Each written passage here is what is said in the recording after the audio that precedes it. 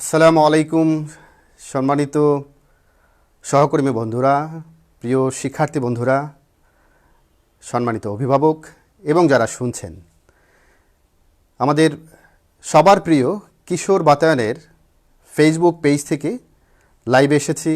আমি কাউসার হাওলাদার, সহকারী অধ্যাপক, ক্যামব্রিয়ান স্কুল অ্যান্ড কলেজ। শিক্ষার্থী বন্ধুরা, তোমরা কি আমায় শুনতে পাচ্ছ কি না, কিংবা আমাদের লাইভের এখনকার সেট আপ সব কিছু ঠিক আছে কিনা যদি একটু কমেন্টস করে জানিয়ে দাও, তাহলে হয়তো আমরা খুব শীঘ্রই আমাদের মূল আলোচনায় চলে যেতে পারি। একটু দেখে নেই এখান থেকে লাইভটি স্টার্ট কিনা।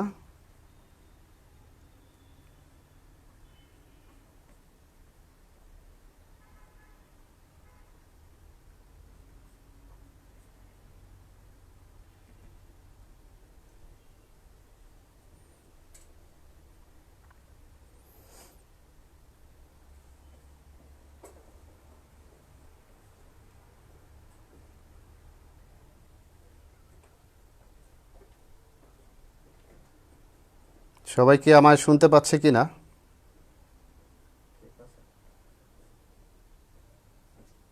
জি, আমিও দেখতে পাচ্ছি। হ্যাঁ, ক্লিয়ারলি। ওকে, ধন্যবাদ। আমাদের সাথে 61 জন ইতিমধ্যেই যোগদান করেছে, আর আস্তে আস্তে আরও হয়তো বাড়বে, কারণ আমাদের লাইভ তো আসলে 3টা থেকে। আমি জাস্ট 1 মিনিট আগেই শুরু করেছি সব জোগাড় যন্ত্র ঠিক আছে কিনা সে বিষয়ে দেখার জন্য। তো ভালো লাগবে শিক্ষার্থী বন্ধুরা, আজকে আমরা বর্তমান সময়কে কেন্দ্র করে আমাদের জীববিজ্ঞান দ্বিতীয় পত্রের সুনির্দিষ্ট একটি টপিক নিয়ে আলোচনা করব। তো আমরা আরেকটু সময় নেই, আর কয়েক সেকেন্ড, এরপরে আমরা আমাদের মূল আলোচনায় চলে যাই। হ্যাঁ, দেখতে পাচ্ছি অনেকেই আমাদের সাথে ইতোমধ্যেই কানেক্টেড হয়ে গেছে। একটি টপিক নিয়ে আলোচনা করব। তো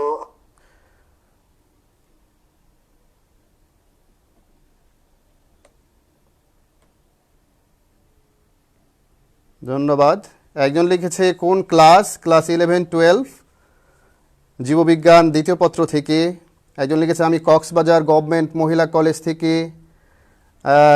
মনির স্যার বলছেন ঠিক আছে স্যার। অনেকেই বলছেন কোন ক্লাস। ওকে, আমার মনে হয় প্রশ্নগুলো একই রকম অনেকের ক্ষেত্রে। আবারও বলছি, আমি লাইভ করছি কাউসার হাওলাদার, সহকারী অধ্যাপক, vice principal, Cambrian school and college, জীববিজ্ঞান দ্বিতীয় পত্র থেকে 10ম অধ্যায়ের সুনির্দিষ্ট একটি টপিক নিয়ে আমরা আলোচনা করব। এবং এই সময়ে আসলে আমাদের যে বিষয়টা খুব জরুরি, সেই রকম একটা বিষয় নিয়ে আমরা আলোচনা করব। বর্তমান উদ্ভূত পরিস্থিতিতে আমাদের দেহেরই বিশেষ কোনো একটা জরুরি সিস্টেম নিয়ে আমরা আজকে আলোচনা করব। তো চলুন আর কথা না বাড়িয়ে আমরা চলে যাই সরাসরি আমাদের আজকের পাঠে। সুপ্রিয় শিক্ষার্থী বন্ধুরা, তো আজকের এই লাইভ ক্লাসে সবাইকে স্বাগত জানাচ্ছি এবং সকলকেই বলবো যে আসলে আমাদের ওয়েলকাম স্ক্রিনে যেমন আমরা প্রত্যেকেই এরকম উদীয়মান হই, এরকম সবুজ হই এবং এরকম নির্মল হই, এই প্রত্যাশা রেখেই শুরু করছি আমাদের আজকের ক্লাস। একাদশ দ্বাদশ শ্রেণীর জীববিজ্ঞান দ্বিতীয় পত্র 10ম অধ্যায় থেকে আমরা সুনির্দিষ্ট টপিক নিয়ে আলোচনা করব। তো তার আগে আমরা এখানে দুটো ইমেজ দেখতে পাচ্ছি, একটু ভালো করে খেয়াল করতে হবে। প্রত্যাশা করছি তোমরা সকলেই দেখতে পাচ্ছ। এখানে একটা ইমেজ, মাঝখানে হলো একটা দুর্গ, আর তার চারদিকে এরকম আমরা দেখতে পাচ্ছি যে এই দুর্গের চারদিকে একটা প্রতিরক্ষা সিস্টেম। ঠিক একই রকম এখানেও আমরা একটা ইমেজ দেখতে পাচ্ছি। এখানে একটা দুর্গ, সামনে পাহাড়, দুর্গের চারদিকে এমন একটা সিস্টেম দেয়া, সবসময় সেনা সৈন্যরা আসলে এই সিস্টেমের চারদিকে সর্বদাই তারা সতর্কভাবে প্রহরীরা পাহারা দিচ্ছে। তো সুপ্রিয় শিক্ষার্থী বন্ধুরা, এই যে এমন একটা সিস্টেম, এর সাথে চলো দেখে নেই যে রাজদুর্গের প্রতিরক্ষা দেখানো হয়েছে। এই যে সিস্টেমটা, এটাকে আসলে কি রিলেট করা হয়েছে? এটি হচ্ছে একটি রাজদুর্গের সিস্টেম, প্রতিরক্ষা সিস্টেম, যেভাবে রাজদুর্গটাকে সংরক্ষণ করা হয় বাহ্যিক ঘাত প্রতিঘাত শত্রু থেকে মোকাবেলা করার জন্য, এটাকে এখান থেকে রক্ষা করার জন্য আসলে এই সিস্টেমটা চলমান। তো আমরা দেখে নেই, এখানে আমরা একই রকম আর একটা সিস্টেম দেখলাম। এটি হচ্ছে একটি দুর্গ, ফোর্ট কিংবা প্যালেস, অথবা কিংস প্যারাডাইজ, এরকম কিছু একটা হতে পারে। এবং পাশে আমরা দেখতে পাচ্ছি আমাদের দেহের মধ্যেও এক ধরনের সিস্টেমকে এখানে লিঙ্ক করা হচ্ছে, বাধা প্রদান করা হচ্ছে যে বডিতে এই ধরনের কোনো উপাদান যেন আমাদের বডিতে না আসে। সুপ্রিয় শিক্ষার্থী বন্ধুরা, নিশ্চয়ই তোমরা বুঝে গিয়েছো আসলে এই দুটো সিস্টেমের সাথে কোনো একটা জায়গায় মিল আছে। একটি হচ্ছে রাজ পরিবারকে, রাজাকে তার দুর্গের মধ্যে সুরক্ষা করার জন্য চারদিকে যেমন নানা রকম স্তরের সৈন্য সামন্ত কিংবা ডিফেন্স সিস্টেম রাখতে হয়, আমাদের বডিতেও তেমনই এই ধরনের অনেক ডিফেন্স সিস্টেম আছে। আসলে পাঠের বিষয়বস্তু তোমরা এতক্ষণে বুঝে গিয়েছো যে আমাদের এই মূল বিষয়টা হচ্ছে রোগ প্রতিরোধ ব্যবস্থা, অর্থাৎ আমাদের আজকের মূল পাঠের বিষয়টা হচ্ছে রোগ প্রতিরোধ ব্যবস্থা।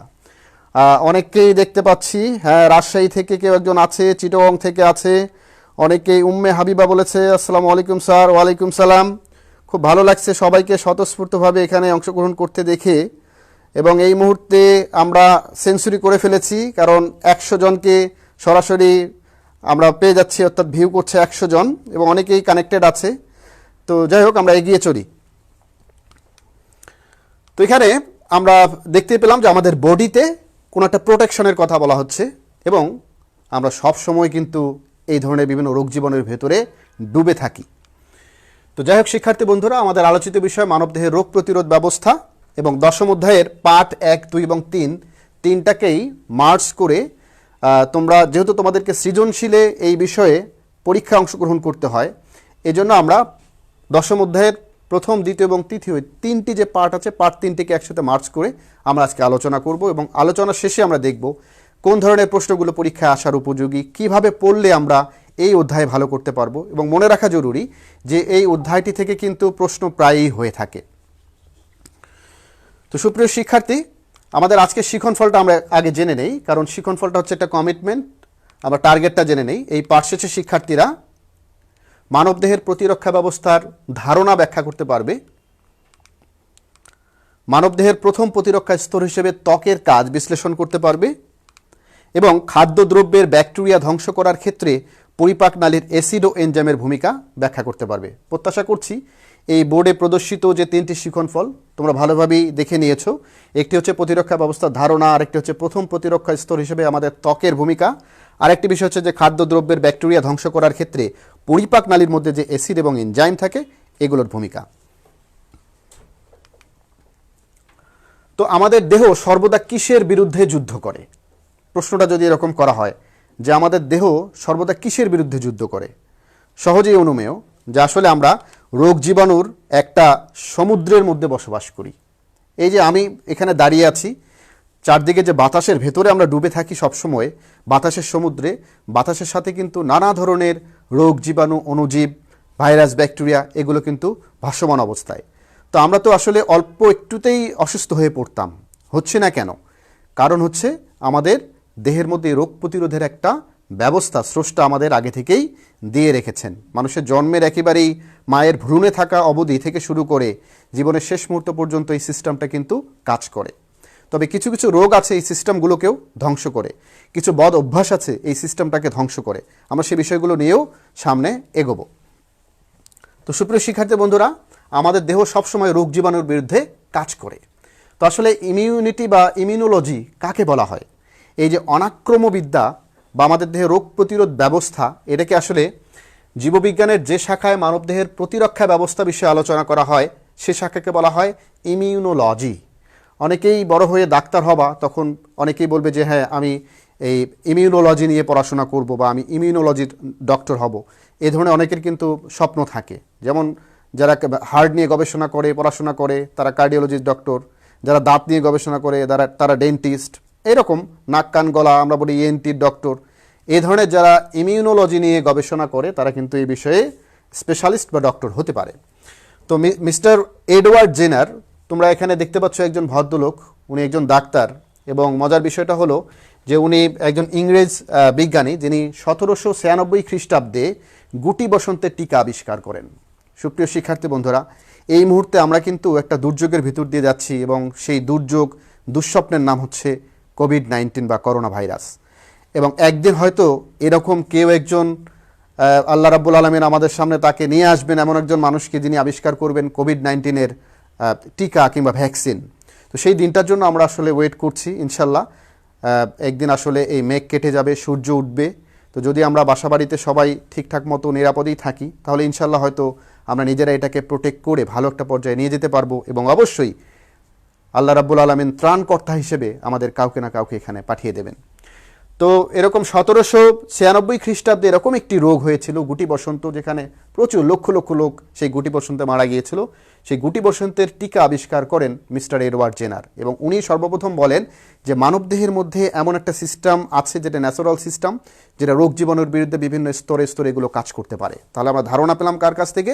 মিস্টার এডওয়ার্ড জেনারের কাছ থেকে। তো জীববিজ্ঞানের কোন শাখাটির মধ্যে আসলে আমাদের অনাক্রম কিংবা আমাদের রোগ প্রতিরোধ ব্যবস্থা নিয়ে আলোচনা করা হয়? নিশ্চয়ই এতক্ষণে বলতে পারবা, সেটা হচ্ছে কি? ইমিউনোলজি। এবং এই ইমিউনোলজি সম্পর্কে ধারণা কে দেন? মিস্টার এডওয়ার্ড জেনার সর্বপ্রথম এই বিষয়ে আমাদেরকে ধারণা দেন। তো মানবদেহের এই রোগ প্রতিরোধ ব্যবস্থাটা বিভিন্ন ভৌত এবং রাসায়নিক প্রতিরক্ষা স্তরের সাথে মিলিয়ে আসলে এটাকে আমরা 3টি স্তরে ভাগ করেছি। তা যেরকম ওই যে একটু আগেই উদাহরণ আমরা দিয়েছিলাম ক্লাসের শুরুতেই, যে একটি রাজদুর্গকে রক্ষা করার জন্য স্তরে স্তরে যেমন সৈন্যরা থাকে বা ডিফেন্স সিস্টেম থাকে, ঠিক একই রকমভাবে আমাদের দেহের মধ্যে কিন্তু 3টা স্তর রয়েছে। একটা হচ্ছে যে প্রথম প্রতিরক্ষা স্তর, যাকে বলেছি আমরা ফার্স্ট লাইন অফ ডিফেন্স। দ্বিতীয় প্রতিরক্ষা স্তর যাকে বলেছি আমরা সেকেন্ড লাইন অফ ডিফেন্স, এবং তৃতীয় প্রতিরক্ষা স্তর যাকে বলেছি আমরা থার্ড লাইন অফ ডিফেন্স। তার মানে হলো যে আমাদের দেহের মধ্যে 3 ধরনের 3 স্তরের ডিফেন্স সিস্টেম আছে। কোনো রোগ জীবাণু সরাসরি আমাদেরকে আক্রমণ করবে এমনটি নয়, কিন্তু অনেক কিছুর বিরুদ্ধে যুদ্ধ করার পর হয়তো আমাদের দেহের মধ্যে ডিফেন্স সিস্টেম যখন হেরে যায়, তখন আমরা রোগাক্রান্ত হয়ে পড়ি। তার আগে কিন্তু অনেকগুলো যুদ্ধ হয়। এই যুদ্ধ তো আমরা দেখতে পারি না, আমাদের দেহের ইনসাইড এই যুদ্ধগুলো চলে, ইভেন কি আউটসাইডেও চলে, যেহেতু স্কিন থেকে এই যুদ্ধটা শুরু হয়। তো সুপ্রিয় শিক্ষার্থী বন্ধুরা, যদি কেউ সহজে প্রশ্ন করে যে আমাদের দেহের মধ্যে রোগ প্রতিরোধ ব্যবস্থার স্তর কটি, নিশ্চয়ই আমরা সহজেই উত্তর দিতে পারবো। কটি? 3টি। একজন লিখেছে হলো আরাফাত কিবরিয়া, স্যার পুরো অধ্যায় সম্পর্কে কিছু বিস্তারিত বলেন প্লিজ।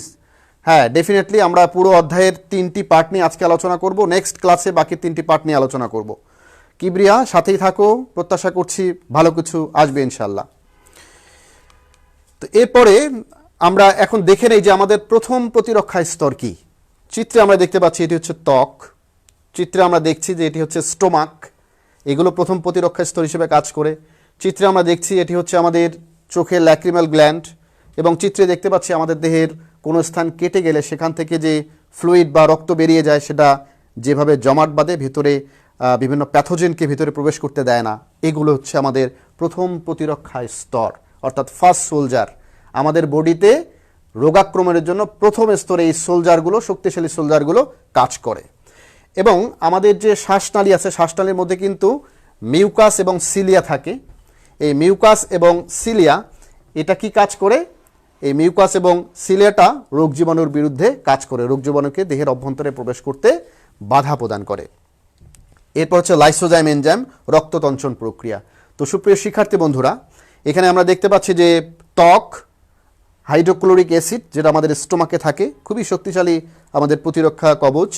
তারপর দেখতে পাচ্ছি আমরা যে ল্যাক্রিমাল গ্ল্যান্ড বা চোখের গ্রন্থি, অশ্রু গ্রন্থি, এবং রক্ততঞ্চন প্রক্রিয়া, আর হচ্ছে আমাদের ট্রাকিয়া বা শ্বাসনালীর অভ্যন্তরে যে মিউকাস এবং সিলিয়া থাকে, এগুলো হচ্ছে আমাদের প্রথম প্রতিরক্ষা স্তরের এই সকল উপাদান।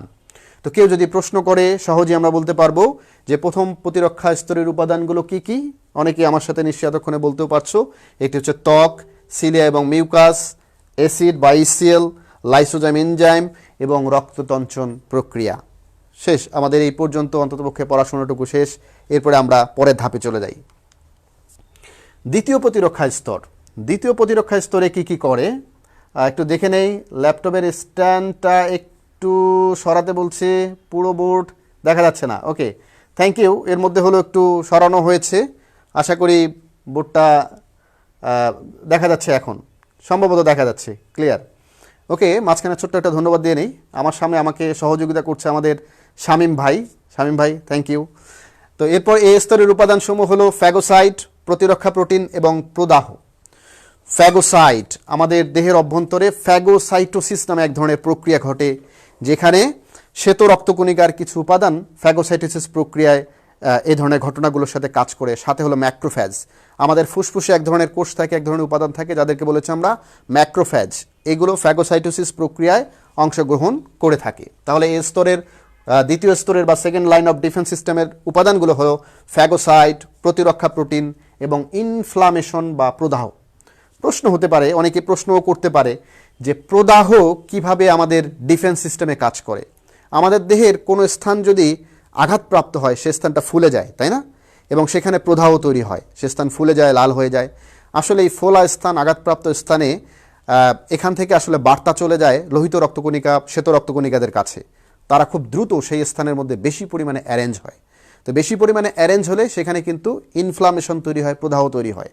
আর শ্বেত রক্তকণিকা সেখানে বেশি পরিমাণ অ্যারেঞ্জ হওয়ার ফলেই কিন্তু সেই জায়গার মধ্যে ডিফেন্সটা খুব দ্রুত কাজ করে, রোগ জীবাণু সহজে সেখানে আক্রমণ করতে পারে না। শিক্ষার্থী বন্ধুরা, আমাদের দ্বিতীয় প্রতিরক্ষা স্তরের উপাদানগুলো কি কি ভালো করে জেনে নেই আবারও। ফ্যাগোসাইট, প্রতিরক্ষা প্রোটিন, বিভিন্ন প্রোটিনাস উপাদান আছে, প্রতিরক্ষা প্রোটিন এবং প্রদাহ। এগুলো হচ্ছে দ্বিতীয় প্রতিরক্ষা স্তর বা সেকেন্ড লাইন অফ ডিফেন্স সিস্টেমের সোলজার কিংবা সৈন্য। সুপ্রিয় শিক্ষার্থী, এবার দেখে নেই একেবারে থার্ড লেয়ার। কোনো জীবাণু যদি খুব বেশি শক্তিশালী হয়, সে প্রথমে ফার্স্ট লেয়ার ত্বক, মিউকাস কিংবা সিলিয়া, এইচসিএল, রক্ততঞ্চন প্রক্রিয়া, এগুলোর বিরুদ্ধে কি করবে? আগে ফাইট করবে, করে দেহের ভেতরে ঢুকবে। এরপর সেকেন্ড লাইন অফ ডিফেন্স সিস্টেমে দেখলাম প্রতিরক্ষা প্রোটিন, ফ্যাগোসাইটোসিস প্রক্রিয়া, ইনফ্লামেশন, এগুলোর বিরুদ্ধে কাজ করবে।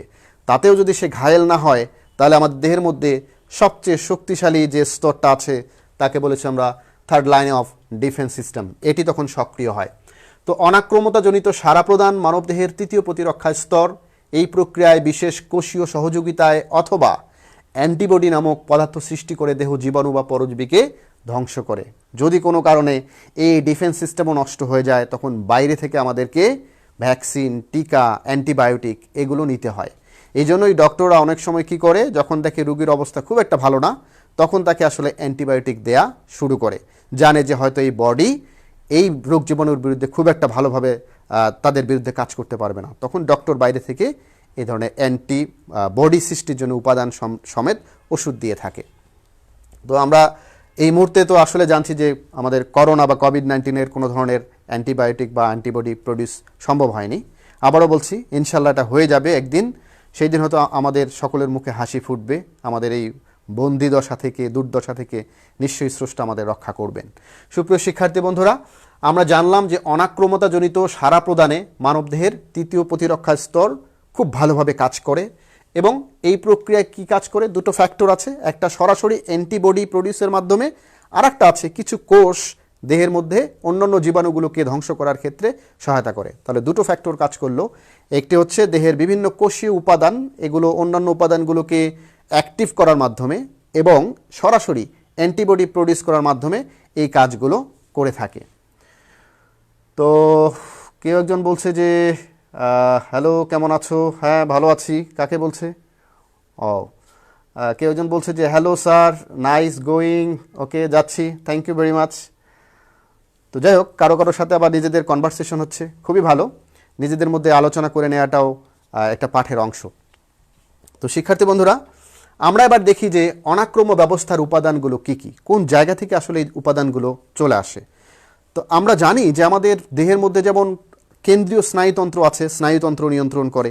আমাদের দেহের মধ্যে চোখ, কান, নাক এগুলোকে নিয়ন্ত্রণ করার জন্য এটা আছে। আমাদের দেহের মধ্যে হার্ট হলো একটা পাম্প যন্ত্র হিসেবে কাজ করে, সেটা কেন্দ্রীয় সার্কুলেটরি সিস্টেম হিসেবে কাজ করে। এরকম অনেক কেন্দ্রীয় সিস্টেম আছে, কিন্তু আমাদের দেহের মধ্যে এখন পর্যন্ত কোনো ধরনের কেন্দ্রীয় প্রতিরক্ষা স্তর নেই। এর কারণ অবশ্য আমাদের বডিটাই। কারণ যদি কোনো একটা প্রতিরক্ষা স্তরকে কন্ট্রোল করার জন্য আর একটা কন্ট্রোলিং সিস্টেম থাকতো, সে যদি ড্যামেজ হয়ে যেত, তাহলে পুরো বডি সিস্টেমই কিন্তু ড্যামেজ হয়ে যেত। এজন্য প্রতিরক্ষার উপাদানগুলো বিভিন্ন জায়গায় দেহের মধ্যে ছড়িয়ে ছিটিয়ে আছে। এই অংশগুলোকে আমরা বলেছি লিম্ফয়েড অর্গান। আবারও জেনে নেই, এই অংশগুলোকে নাম দিয়েছি আমরা, অর্থাৎ আমাদের অনাক্রম্য ব্যবস্থার যে উপাদানগুলো, এগুলোকে নাম দিয়েছি আমরা লিম্ফয়েড অর্গান। তো এই যে টনসিল এবং অ্যাডিনয়েড, এখানে যে গ্ল্যান্ড, টনসিল, অ্যাডিনয়েড, এখান থেকে ক্ষরিত যে উপাদান, সেই উপাদানটা অনাক্রম্য ব্যবস্থায় কাজ করে। দেহের বিভিন্ন স্থানে লিম্ফ নোড আছে। তোমরা জানো লিম্ফ এটি হচ্ছে একটি বর্ণহীন একটি পদার্থ, যে পদার্থটা বা একটি শ্বেত পদার্থ, যে পদার্থটা কি করে, যে সেখানে রক্তের উপাদানগুলো থাকে কিন্তু রক্তের লোহিত কণিকার উপাদান থাকে না, এই জন্য এটাকে শ্বেত উপাদান বলা হয়ে থাকে। তো এই যে লিম্ফ, বিভিন্ন লিম্ফ নালীর ভেতরে থাকে এবং লিম্ফের নোড আকারে থাকে দেহের বিভিন্ন জায়গায়, বিশেষ করে বক্ষ অঞ্চলে আমাদের বিভিন্ন লিম্ফ নোডগুলো অনেক বেশি। এছাড়া নিম্নাঞ্চলের মধ্যে দেহের লিম্ফ নোডগুলো দেখতে পাওয়া যায়। পাশাপাশি হলো থাইমাস, তোমরা জানো এটা একটি গ্ল্যান্ড, থাইমাস একটি গ্ল্যান্ড, যে গ্ল্যান্ডটা কী করে এখান থেকে খরিত উপাদানও কিন্তু এই ডিফেন্স সিস্টেমের উপাদান হিসেবে কাজ করে। এরপর হচ্ছে স্প্লিন কিংবা প্লিহা বলে, বাংলায় যেটাকে বলা হয় প্লিহা, এই প্লিহা থেকে খরিত উপাদানগুলোও কিন্তু আমাদের এই যে লিম্ফের মতো যেগুলো বিভিন্ন কোষীয় উপাদানগুলো ডিফেন্স সিস্টেমে কাজ করে।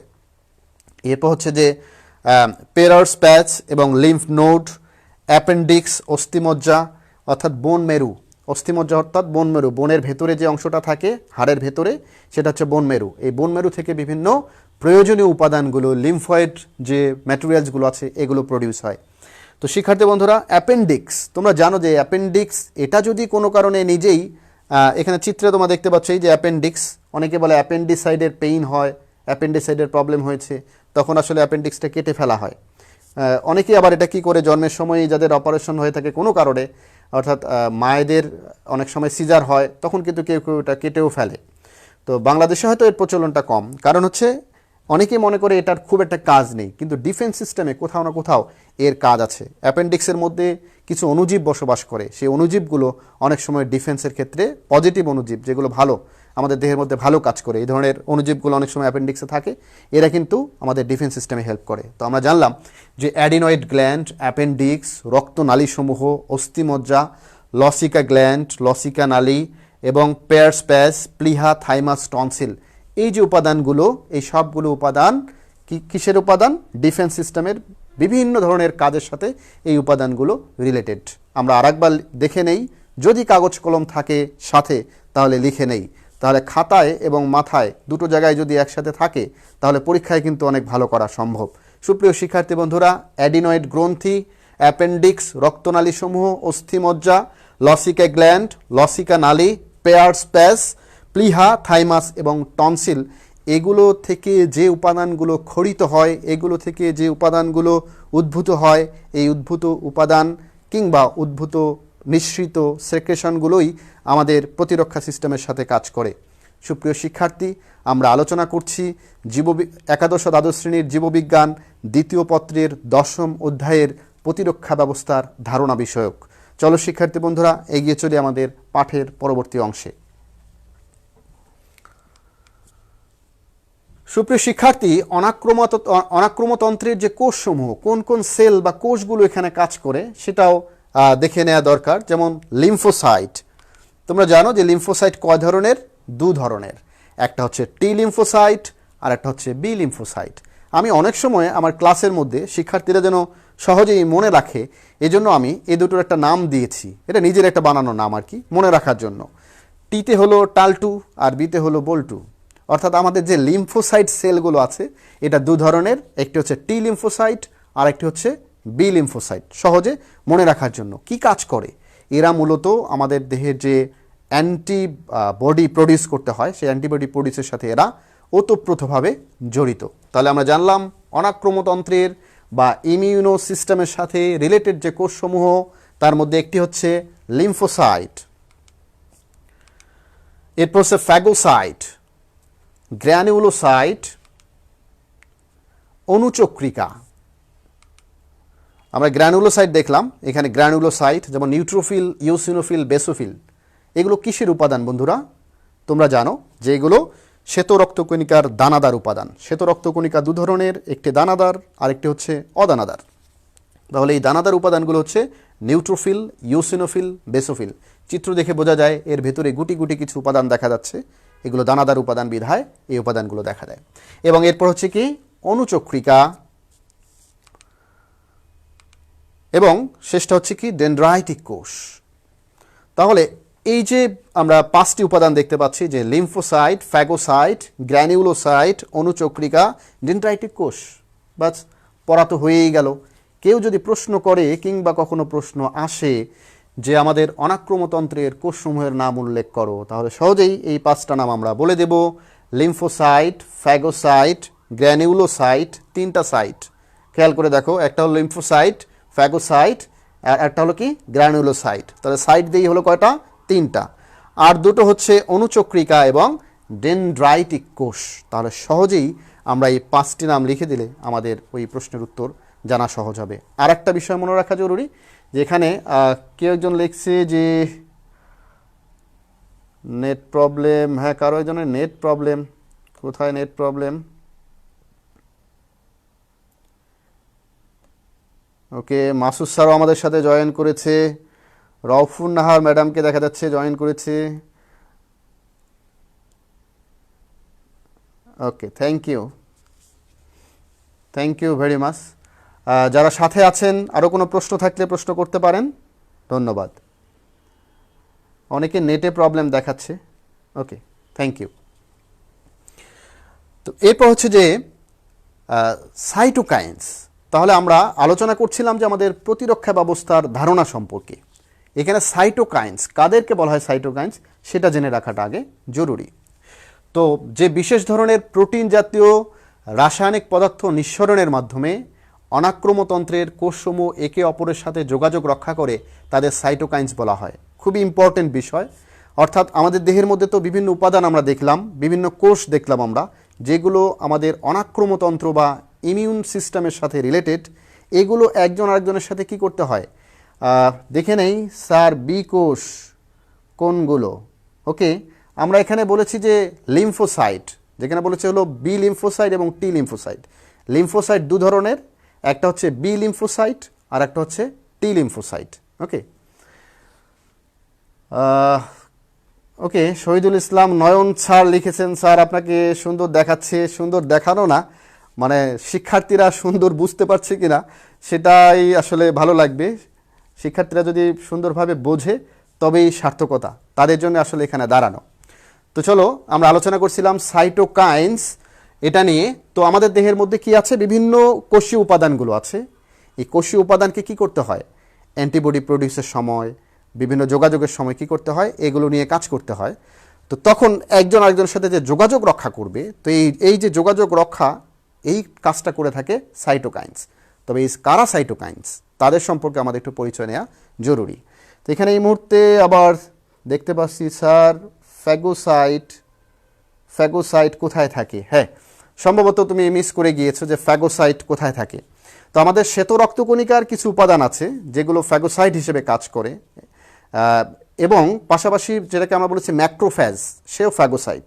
আমাদের ফুসফুসের মধ্যে এই ম্যাক্রোফ্যাজগুলো থাকে। ফুসফুসের সরাসরি বিভিন্ন ধরনের জীবাণুগুলো বা প্যাথোজেনগুলো যখন প্রবেশ করে, তখন ম্যাক্রোফ্যাজগুলো তারা অ্যামিবয়েটিক আক্রমণের মাধ্যমে সেই জীবাণুগুলোকে ধ্বংস করে। তো ফ্যাগোসাইট হচ্ছে এক ধরনের ম্যাক্রোফ্যাজ, বা ম্যাক্রোফ্যাজ এক ধরনের ফ্যাগোসাইট, সেম জিনিস। ওকে, থ্যাংক ইউ। এরপর হচ্ছে যে আমরা 3 ধরনের এই সাইটোকাইন্স, যাদেরকে বলেছি বিভিন্ন উপাদানের সাথে যোগাযোগ রক্ষাকারী উপাদান, প্রোটিন আসুক বিভিন্ন উপাদানের সাথে। এটা হলো 3 ধরনের। একটা হচ্ছে ইন্টারলিউকিন, ইন্টারফেরন এবং গ্রোথ ফ্যাক্টর। 3টে নাম মনে রাখতে হবে।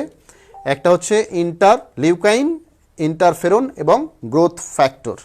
এগুলো আমাদের বিভিন্ন কোষীয় উপাদানের সাথে এগুলো কি করে? যোগাযোগ রক্ষা করে। তোমরা যখন আরও উপরের ক্লাসে উঠবে, যখন ইমিউনো সিস্টেম নিয়ে আরও বিস্তারিত আলোচনা করবে, তখন হয়তো এগুলোর বিস্তারিত সম্পর্কে জানার প্রয়োজন পড়বে। আপাতত আমাদের সিলেবাসে যে অংশটুকু আছে, যে আমাদের সাইটোকাইন্স হিসেবে কারা এখানে কাজ করে, কোন ধরনের উপাদানগুলো কাজ করে, এগুলোর ন্যাচার বা বিভিন্ন প্রপার্টিজ, এগুলো হয়তো আরও অনার্সের ক্লাসে গিয়ে তোমরা এই বিস্তারিত বিষয়গুলো আরও জানতে পারবে। স্যার, 9ম শ্রেণীর শিক্ষার্থীদের কতটুকু উপকার করবে? ডেফিনেটলি, আবারও বলি, জীববিজ্ঞান হচ্ছে জীবন সংক্রান্ত জ্ঞান। এরা শুধু 9ম শ্রেণী না, যে শ্রেণী বুঝতে পারে সে সকল শিক্ষার্থীরও কাজে লাগবে। কারণ আমরা আজকে যে বিষয়ে আলোচনা করছি সেটি আমাদের ডিফেন্স সিস্টেম নিয়ে, আমাদের দেহের মধ্যে যে ডিফেন্স সিস্টেম আছে এই বিষয় নিয়ে আমরা আলোচনা করেছি। বিজ্ঞান বিষয়ে সকল শিক্ষার্থীর জন্য এটি অনেক কাজে দেবে, এবং আজকের এই জ্ঞান এটা ক্যারি করে হয়তো সামনের দিকে আরও ভালো কিছু নিয়ে যাওয়া সম্ভব হবে। ধন্যবাদ। উম্মে হাবিবা লিখেছে। উম্মে হাবিবা, অসংখ্য ধন্যবাদ।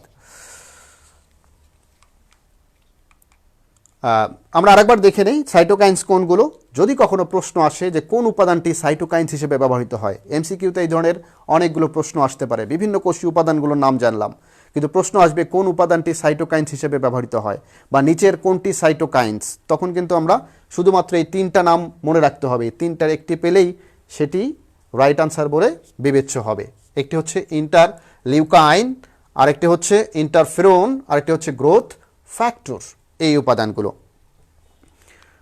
তো সুপ্রিয় শিক্ষার্থী বন্ধুরা, এবার আমরা আলোচনার আরেকটি অংশে চলে যাই। তোমরা এখানে দেখতে পাচ্ছ, এখানে চিত্রের মধ্যে আমরা দেখাচ্ছি যে একটি অংশের মধ্যে কোনো ত্বক নেই বা স্কিন নেই। তাহলে স্কিন বা ত্বক তুলে ফেললে এই অংশটি কেমন দেখায়? স্কিন বা ত্বক তুলে ফেললে কিন্তু এর ভেতরে এই যে বিভিন্ন চর্বি, পেশি, যে উপাদানগুলো এখানে আমরা দেখতে পাচ্ছি, এই উপাদানটা এরকম দেখায়। আর স্কিন সমেত যে উপাদানটি বা যে অংশটি আমাদের ফেসের, সেটি কিন্তু এরকম। আসলে পৃথিবীতে অনেকেই এই সুন্দরের বড়াই করে, কিন্তু সুন্দর এটার প্রশংসাও কিন্তু সুন্দর। তো সুন্দরের যারা বড়াই করে তাদের ক্ষেত্রে কিন্তু একটু দেখলেই বোঝা যায় যে আসলে সুন্দর বলতে কি বোঝানো হয়। শুধুমাত্র ত্বকীয় সৌন্দর্যই কি সুন্দর? যে মানুষটির মন সুন্দর, দেহের প্রতিরক্ষা ব্যবস্থা সুন্দর এবং যে সুস্থ, তাকেই আসলে আমরা সুন্দর আরও বলতে পারি।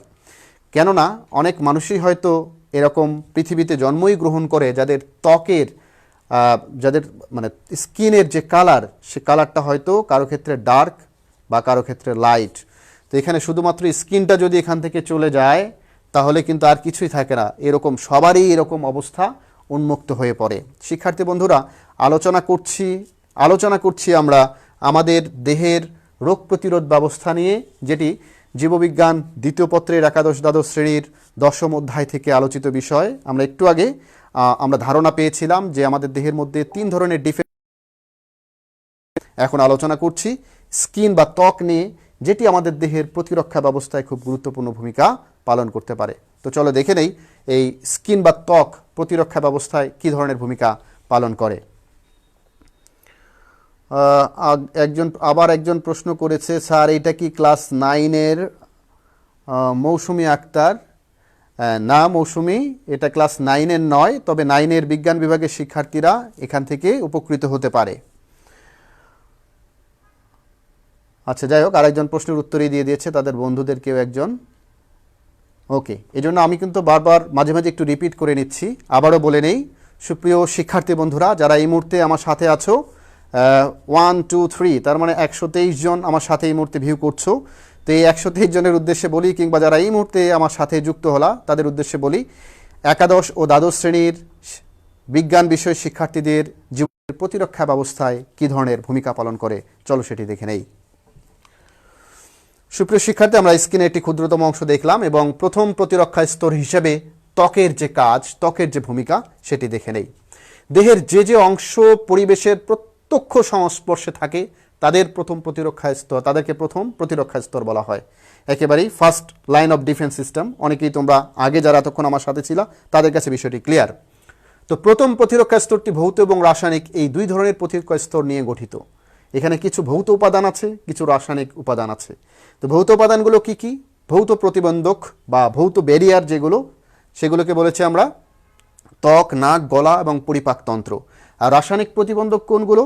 রাসায়নিক প্রতিবন্ধক হলো চোখ, অর্থাৎ চোখের যে অশ্রু, সেটাকে আমরা বলেছি লাইসোজাইম।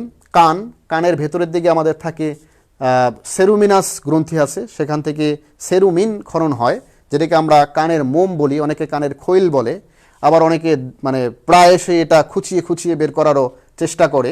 এটা খুবই বদ অভ্যাস এবং যদি এটা কখনো ইনফেক্টেড না হয়ে না চুলকায়, তাহলে আসলে কানের ভেতরে প্রায় সেই খৈলগুলো বের করার খুব একটা প্রয়োজন নেই। মাঝে মাঝে আমাদের পরিষ্কার করতে হয়, কারণ এর মধ্যে ধুলাবালি অন্যান্য উপাদান জমে যায়। কিন্তু সেরুমিন আমাদের কানকে বাইরের দিক থেকে জীবাণু ভেতরে প্রবেশ করতে কিন্তু রক্ষা করে। আবার এখানে বলেও রাখি, আমাদের নাকের ভেতর দিয়ে নাসিকা ছিদ্র যেটি আছে, এর ভেতরে কিন্তু অনেক লোম থাকে। অনেককেই দেখেছি যে অনেক মানুষই তাদের বদ অভ্যাসের কারণে এই নাকের লোমগুলো এগুলো ছিঁড়ে ফেলে, নাকের লোমগুলো তুলে ফেলে। এটি খুবই বদ রকমের একটি অভ্যেস। দুঃখিত এই কথাটি বলতে হচ্ছে, কারণ এটি আমাদের ডিফেন্স সিস্টেমের সাথে জড়িত। এই নাকের ভেতরের দিকে যে লোম থাকে, ট্রাকিয়ার ভেতরে যে সিলিয়া থাকে, এগুলো কিন্তু বিভিন্ন রোগ জীবাণুকে আটকে ফেলে। রোগ জীবাণুকে ভেতরের দিকে প্রবেশ করতে বাধা প্রদান করে। তো এগুলো গড গিফটেড। তো যাই হোক শিক্ষার্থী বন্ধুরা, একেবারেই যাদের খুব বেশি প্রবলেম বাইরের দিকে বেরিয়ে আছে তারা হয়তো সেটে দিতে পারো। এরপর হচ্ছে যে পাকস্থলী বা HCl, বৃহদন্ত্র, মূত্রনালী এবং আমাদের রেচন জননতন্ত্রের যোনি মানে কিছু অক্ষতিকর ব্যাকটেরিয়া থাকে। তারপর হচ্ছে আমাদের সুইট গ্ল্যান্ড বা ঘাম গ্রন্থি, এগুলো কিন্তু আমাদের দেহের রাসায়নিক উপাদান হিসেবে কাজ করে। আমরা জানলাম আমাদের প্রথম প্রতিরক্ষার ক্ষেত্রে দুই ধরনের উপাদান কাজ করে, একটি হচ্ছে ভৌত প্রতিবন্ধক, আরেকটি হচ্ছে রাসায়নিক প্রতিবন্ধক। সুপ্রিয় শিক্ষার্থী যারা এই মুহূর্তে জয়েন করেছো, কে যেন কি লিখছে একটু দেখে নেই। মেহেজাবিন ও লিখেছে স্যার আপনার ক্লাসটা খুব ভালো লাগছে, একটু টায়ার্ড হচ্ছি না। হ্যাঁ ধন্যবাদ, অনেক ভালো লাগলো। শিক্ষার্থীদের কাছ থেকে এই ধরনের কমেন্টসগুলো ভালোই লাগে, তবে আরও ভালো লাগবে যদি এই পাঠ শেষে আমরা যে মূল্যায়নটুকুতে যাব সেখানে যদি তোমরা অংশগ্রহণ করো, টুকটাক যে প্রশ্নগুলো থাকবে সেগুলোর উত্তর দিতে পারো, আরও ভালো লাগবে। ধন্যবাদ, সাথেই থাকো। এরপর হচ্ছে যে আমরা আলোচনা করছিলাম যে আমাদের দেহের মধ্যে ফার্স্ট লেয়ার অফ ডিফেন্সের দুটো বিষয়, একটি হচ্ছে আমাদের ভৌত প্রতিবন্ধকতা, আরেকটি হচ্ছে রাসায়নিক প্রতিবন্ধকতা। আমরা জানলাম আমাদের এই যে ত্বক, নাক, গলা, পরিপাকতন্ত্র সবগুলো ভৌত, এবং আমরা এটাও জানলাম যে আমাদের চোখের অশ্রু, HCl, আমাদের দেহের অভ্যন্তরে রেচন জননতন্ত্রের মধ্যে রেচন জনন নালীর অভ্যন্তরে যে ব্যাকটেরিয়া কিংবা যেগুলো অক্ষতিকারক ব্যাকটেরিয়া, উপকারী ব্যাকটেরিয়া, এগুলো আমাদের লাইসোজাইম বা চোখের অশ্রু, পাশাপাশি হলো কানের ভেতরের দিকে মোম গ্ল্যান্ড বা ওয়াক্স গ্ল্যান্ড থেকে খরিত বা সেরুমিনাস গ্ল্যান্ড থেকে খরিত সেরুমিন, এবং আমাদের সুইট গ্ল্যান্ড, এবং এখানে সিবাম নামে এক ধরনের উপাদান থাকে। আমাদের ঘাম গ্রন্থির সাথে সিবাম, তৈল গ্রন্থি, অনেক সময় কারো মুখ অয়েলি হয়ে যায়, তৈল থাকে, এটা কিন্তু ত্বকের জন্য অনেকটা উপকারী। মানে এখানে আসলে টেনশন নেওয়ার কিছু নেই, ত্বকের জন্য এটা উপকারী। অনেকে বলে আমার খুব অয়েলি ফেস, অয়েলি ত্বক, হ্যাঁ বুঝতে হবে তার হলো সিবাম সেখান থেকে নিঃসৃত হয়, অর্থাৎ একটা গ্ল্যান্ড আছে, সেই গ্ল্যান্ড থেকে সুইট গ্ল্যান্ডের সাথে সেটা থাকে, সেটা হলো সিবাম নিঃসৃত হয়। তো সুপ্রিয় শিক্ষার্থী, এবার চলো আমরা দেখি ত্বক কীভাবে আমাদের দেহের মধ্যে কাজ করে।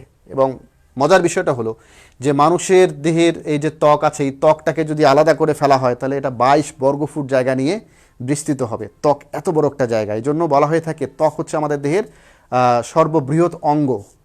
এখানে আবার আরেকটা শব্দ চলে আসলো, অঙ্গ। অনেকে হয়তো জানেই না ত্বককে আমরা অঙ্গ বলে থাকি কিনা। আসলেই ত্বক আমাদের দেহের সবচেয়ে বড় অঙ্গ বা অর্গান হিসেবে কাজ করে। তো ত্বক মানব দেহের সর্ববৃহৎ অঙ্গ। পরিণত মানুষের দেহে প্রায় 4 পাউন্ড ওজনের ত্বক থাকে। নোট ইট, 4 পাউন্ড। ত্বকের ওজন কত? 4 পাউন্ড। আর আবারও নোট করে নাও, আমাদের দেহের সবচেয়ে বড় অঙ্গ কোনটি? ত্বক, এবং যেটি 22 ঢেকে থাকে, 22 বর্গফুট। এই ছোট ছোট প্রশ্নগুলো কাগজে কলমে নোট করে নাও। পুরো বিস্তারিত লেকচার লিখতে হবে, খাতায় তুলতে হবে এমনটা নয়। ইম্পর্টেন্ট ওয়ার্ডগুলো লিখে নাও, চোখের সামনে একটি কাগজ কলম রেখে দাও, পরে দেখবে যে এগুলো তোমার এর সাথেই তোমার পড়া হয়ে গেছে। তো ত্বকের একেবারেই বাইরের স্তর এপিডার্মিস, আর ভেতরের স্তরকে বলেছি আমরা ডার্মিস। ত্বকের বাইরের দিক থেকে যেটা এপিডার্মিস, ভেতরের দিকে ডার্মিস। ত্বকের নিচে চর্বির একটি পাতলা স্তর থাকে। সুপ্রিয় শিক্ষার্থী বন্ধুরা, মনে রাখা জরুরি আমাদের ত্বকের এই কোষগুলো কিন্তু প্রতিনিয়ত মারা যায়। ত্বকের বাইরের দিকে অনেক সময় খুশকির মতো ত্বকের এখান থেকে উঠে যায়, এই ত্বকের কোষগুলো প্রতিনিয়ত মারা যায়। 40 থেকে 50,000 কোষ প্রতিনিয়তই কী হচ্ছে? মারা যাচ্ছে প্রতিদিনই। তাহলে এগুলো কি করে? আবার এগুলো বাইরে থেকে রোগ জীবাণু প্রোটেক্ট করতে কি করে? সহায়তা করে। তাহলে ত্বকের এই যে চিত্রে তোমরা দেখতে পাচ্ছ, একেবারে বাইরের দিকে এটা হচ্ছে কি এপিডার্মিস, আর ভেতরের দিকে যেটি সেটি হচ্ছে কি ডার্মিস। এর নিচেও চর্বির মধ্যে যে স্তরের মধ্যে চর্বি থাকে তাকে আমরা নাম দিয়েছি হলো হাইপোডার্মিস। তবে ত্বকের মূল দুটো স্তরকে নাম দিয়েছি, বাইরেরটা এপি মানে বাইরের, আর ডার্মিসটা হলো কি ভেতরের দিকে। এই দুটো মনে রাখলেই চলবে। তো প্রতিরক্ষায় ত্বকের ভূমিকা আমরা দেখি যে অতি বেগুনি রশ্মি হতে সুরক্ষা, আলট্রাভায়োলেট রে। সরাসরি যদি আমাদের উন্মুক্ত স্কিনের উপর এটি পড়তো, মানে স্কিনটা যদি উন্মুক্ত হয়ে যেত, অর্গানের উপর যদি এটি পড়তো, তাহলে কিন্তু ক্যান্সার সৃষ্টি হয়ে যেত। আর ত্বকটা কি করে? এই ক্যান্সার সৃষ্টি থেকে কিন্তু সাধারণত মানুষকে আমাদেরকে রক্ষা করছে। তাহলে অতিবেগুনি রশ্মির প্রভাব থেকে এটি রক্ষা করে। এবং ত্বকের মধ্যে যে মেলানিন থাকে, অর্থাৎ ত্বকের এই মেলানিনের বা ত্বক রঞ্জক উপাদান যদি যাদের বেশি থাকে, তাদের ত্বকটা একটু ডার্ক। তাহলে বুঝতে হবে তারা কিন্তু অন্য মানুষের চেয়ে যারা একটু বেশি ফর্সা, বেশি সুন্দর, তাদের চেয়ে তাদের প্রোটেকশন ক্ষমতা কিন্তু আরও বেশি। এই জন্য নিগ্রোদের ত্বকীয় প্রোটেকশন ক্ষমতা কিন্তু ইয়াসি যারা যারা ইউরোপ অঞ্চলে বসবাস করে এই ধরনের মানুষের থেকে নিগ্রোদের রোগ প্রতিরোধ ক্ষমতা সাধারণত বেশি। কারণটা হচ্ছে তাদের ত্বকের মধ্যে মেলানিন নামক রঞ্জক উপাদান বেশি থাকে। তো সুপ্রিয় শিক্ষার্থী, ত্বকের এপিডার্মিসের কোষে মেলানিন রঞ্জক তৈরি হয় যা সূর্যের অতিবেগুনি রশ্মি শোষণ করে নেয়। এই মেলানিনের ক্ষমতা হলো সূর্যের আলট্রাভায়োলেট রেটাকে অ্যাবজর্ব করে ফেলা, যেন বডির ভেতরের দিকে প্রবেশ করতে না পারে। তো আমরা জানলাম যে ত্বকের প্রতিরক্ষা ব্যবস্থায় গুরুত্বপূর্ণ ভূমিকাটা হলো অতিবেগুনি রশ্মি হতে সুরক্ষা করা, একটি পয়েন্ট। 2 নম্বর পয়েন্টে আসি আমরা, ভাইরাস এবং ব্যাকটেরিয়া হতে সুরক্ষা। ত্বক কীভাবে ভাইরাস ব্যাকটেরিয়া থেকে আমাদেরকে প্রোটেক্ট রাখে, সুরক্ষিত রাখে, সে বিষয়টি আমাদের জানা দরকার। তাহলে ত্বকে অসংখ্য উপকারী ব্যাকটেরিয়া থাকে, সারাদিন লেগে আছে। হয়তো আমি এখানে ধরলাম, আমার এখানে কি ব্যাকটেরিয়া থাকতে পারে। তাহলে যে ত্বকের মধ্যে বাইরে যেমন উপকারী ব্যাকটেরিয়া আছে, তেমন ক্ষতিকর ব্যাকটেরিয়াও ত্বকের মধ্যে থাকে। আবার এই ক্ষতিকর ব্যাকটেরিয়াগুলোর হাত থেকে উপকারী ব্যাকটেরিয়াগুলো অনেক সময় আমাদেরকে হেল্প করে। ত্বকের সিবেসিয়াস গ্ল্যান্ড, ওই যে তৈল গ্রন্থির কথা বললাম, ত্বকের যে সিবাম নিঃসৃত হয় সেখান থেকে সিবাম উত্তম ব্যাকটেরিয়া নাশক হিসেবে কাজ করে। ত্বকের ঘর্মগ্রন্থি বা ঘাম গ্রন্থি এবং স্নায়ু সংযোগ থাকায় মস্তিষ্কের মাধ্যমে অনেক রোগ জীবাণু দেহে প্রবেশ নিয়ন্ত্রিত হয়। অর্থাৎ ত্বকের যে ঘাম গ্রন্থি আছে, ঘাম গ্রন্থি কি একটা ছিদ্রের মতো এখানে থাকে। রোগ জীবাণু যখন ভিতরের দিকে প্রবেশ করে তখন আমাদের ব্রেইন, আমাদের সেন্ট্রাল নার্ভাস সিস্টেম এটাকে কী করে, অনেক সময় এগুলোর ব্যাসার্ধ বাড়িয়ে কমিয়ে এগুলোকে নিয়ন্ত্রণ করে। তো এই কাজটাও কিন্তু একটা প্রোটেকশনের কাজ হিসেবে কাজ করে থাকে। এরপর রক্ততঞ্চন। তাহলে আমরা একটা দেখলাম, প্রথমটা দেখলাম আলট্রাভায়োলেট রে বা অতিবেগুনি রশ্মি থেকে ত্বক রক্ষা করে। 2 নম্বরটা দেখলাম ভাইরাস ব্যাকটেরিয়া থেকে ত্বকের বিভিন্ন গ্রন্থি এবং ত্বকের মধ্যে লেগে থাকা ব্যাকটেরিয়াগুলো রক্ষা করে। 3 নম্বর পয়েন্টটা দেখছি রক্ততঞ্চন।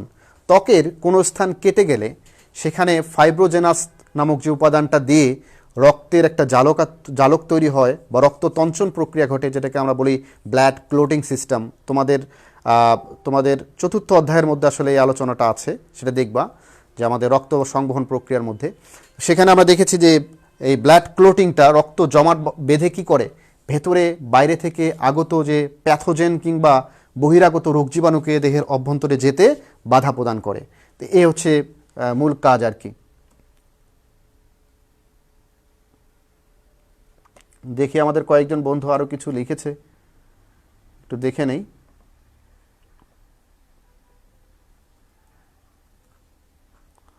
Very nice class sir. সিত্তুন নাবিলা সিদ্দিকা ম্যাডাম চিটাগং থেকে আমাদের সাথে যোগ দিয়েছে, ধন্যবাদ ম্যাডাম। মাহফুজা আক্তার লিখেছেন থ্যাংকস স্যার ফ্রম কুষ্টিয়া, ভালো লাগছে। সিলেট থেকে একজন লিখেছেন তাসিন লিখেছে সিলেট থেকে, ও সিলেট থেকে আছে আমাদের সাথে। হ্যাঁ, ছবি থেকে ভালোভাবে বোঝা যায়, ওকে ধন্যবাদ। একজন আছে চিটাগং থেকে, আরও একজন জাকিয়া সুলতানা স্যার আপনার ক্লাস ভালো লাগছে বাট নেটের প্রবলেম, দুঃখিত, এটা যদি আমাদের হাতে থাকতো আমরা সলিউশন করে দিতাম। সুন্দর লাগছে স্যার, কিন্তু দেখে খবর পড়ার মতো, পরীক্ষার জন্য কি পড়ব? ও আচ্ছা, ধন্যবাদ। আসলে দেখে খবর পড়ার মতো, সাথেই থাকো। পরীক্ষার জন্য কি পড়বা, কারণ তোমাদের ইন্টেনশনালি তোমাদের চিন্তাটা চলে যায় কোথায়, ওই পরীক্ষায়।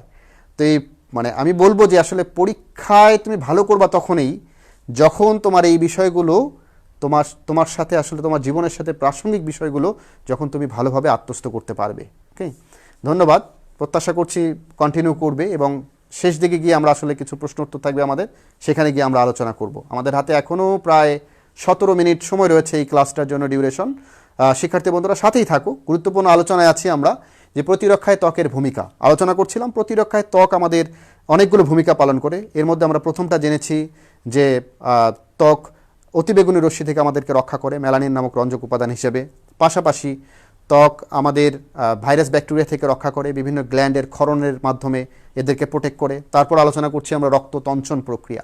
তোমরা জানো দেহের কোনো স্থান কেটে গেলে সেখানে ক্যালসিয়াম আয়নের উপস্থিতিতে এক ধরনের উপাদান থাকে, সেটা হচ্ছে কি ফাইব্রিন মনোমার থেকে ফাইব্রিন পলিমার, সেটা ফাইব্রিনের জালকে রূপান্তর করে ফাইব্রিনোজেন, এবং সেটা কি করে এই ধরনের জালক দিয়ে এই রক্তকে প্রোটেক্ট করে, যেন রক্ত জমাট বাঁধে দেহের ভেতরে বা দেহের অভ্যন্তরে কোনো প্যাথোজেন বা বহিরাগত রোগ জীবাণু প্রবেশ করতে না পারে। তাহলে আমরা জানলাম যে প্রতিরক্ষা ব্যবস্থায় ত্বক আমাদের যথেষ্ট গুরুত্বপূর্ণ ভূমিকা পালন করে। এরপর হচ্ছে ল্যাঙ্গারহ্যান্স কোষ। ত্বক জীবাণু দ্বারা আক্রান্ত হলে ত্বকের এপিডার্মিসে অবস্থিত, ত্বকের যে এপিডার্মিস সেখানে অবস্থিত ল্যাঙ্গারহ্যান্স সেল এক ধরনের বার্তা পাঠায় যাকে অনাক্রমতন্ত্র সাড়া প্রদান করে। এরা আসলে আমাদের ব্রেনের মধ্যে যে আগেই আলোচনা করেছি যে আমাদের ঘাম গ্রন্থি, সিবিসিএস গ্রন্থি, এগুলো কিন্তু ব্রেইনের দ্বারা কিছুটা নিয়ন্ত্রিত হয়েও কিন্তু এই কাজগুলো করে, যেখান থেকে ডেনড্রাইটিক কোষ কী করে, এই ডেনড্রাইটিক কোষ এক ধরনের সেন্স পাঠিয়ে দেয় মস্তিষ্কে এবং দেহের অন্যান্য ডিফেন্স সিস্টেমগুলোকে তখন চাঙ্গা করে বা বুস্ট আপ করার ফলে এই রোগ জীবাণুর বিরুদ্ধে কাজ করে। তো প্রতিরক্ষায় ত্বকের ভূমিকা আমরা দেখছি যে অন্যান্য আরও কী কী কাজ আছে সেটা একটু দেখে নেই। পানি এবং পানিতে দ্রবীভূত যৌগের প্রতি অভেদ্যতা ত্বকের প্রতিরক্ষায় গুরুত্বপূর্ণ। ত্বকের কেরাটিনোসাইট কোষ পুনঃজনন এবং জীবাণুনাশক ক্ষমতা সম্পন্ন, যা ক্ষত নিরাময়ে কার্যকর। এখানে বলে রাখি যে কেরাটিনোসাইটের কাজ হলো সে মরে যায় আবার তৈরি হয়, অর্থাৎ এখানকার যে কোষগুলো আছে সেগুলো মরে যায়। বাইরের কোষগুলো আগে আলোচনা করেছি, প্রত্যেক দিন আমাদের দেহের বাইরে থেকে 40 থেকে 50,000 কোষ কিন্তু এরকম ত্বকের বাইরে মরে যাচ্ছে।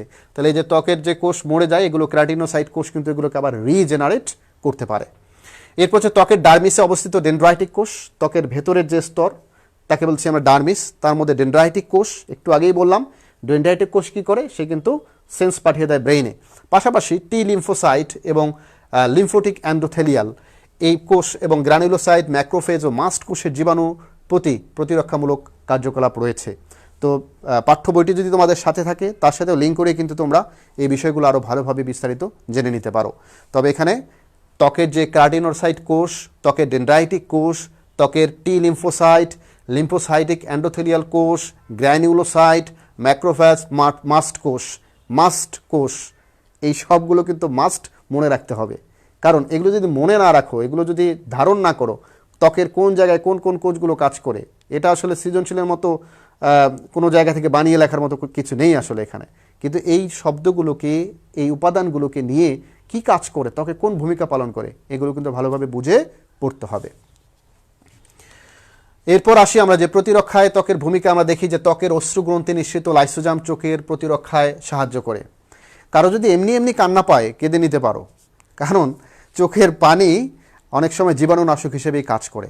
আমাদের ল্যাক্রিমাল গ্ল্যান্ড, চোখের যে ল্যাক্রিমাল গ্ল্যান্ড থাকে, অশ্রুগ্রন্থি, এই অশ্রুগ্রন্থি থেকে ক্ষরিত, এই যে এখানে ল্যাক্রিমাল গ্ল্যান্ড দেখানো হচ্ছে, ল্যাক্রিমাল গ্ল্যান্ড, এই অশ্রুগ্রন্থি থেকে ক্ষরিত উপাদান কি করে, এটা চোখের পানি নামে আমাদের কান্নার সাথে ঝরে পড়ে।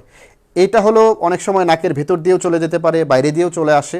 এগুলো জীবাণু প্রোটেক্ট করে, এগুলো চোখের ভেতর দিয়ে। যেমন আমরা এখন বলছি যে করোনা আমাদের বডিতে 3টা ওয়ে দিয়ে ঢুকতে পারে, একটি হচ্ছে আমাদের মুখ, আরেকটা হচ্ছে আমাদের নাক, আরেকটা হচ্ছে আমাদের চোখ।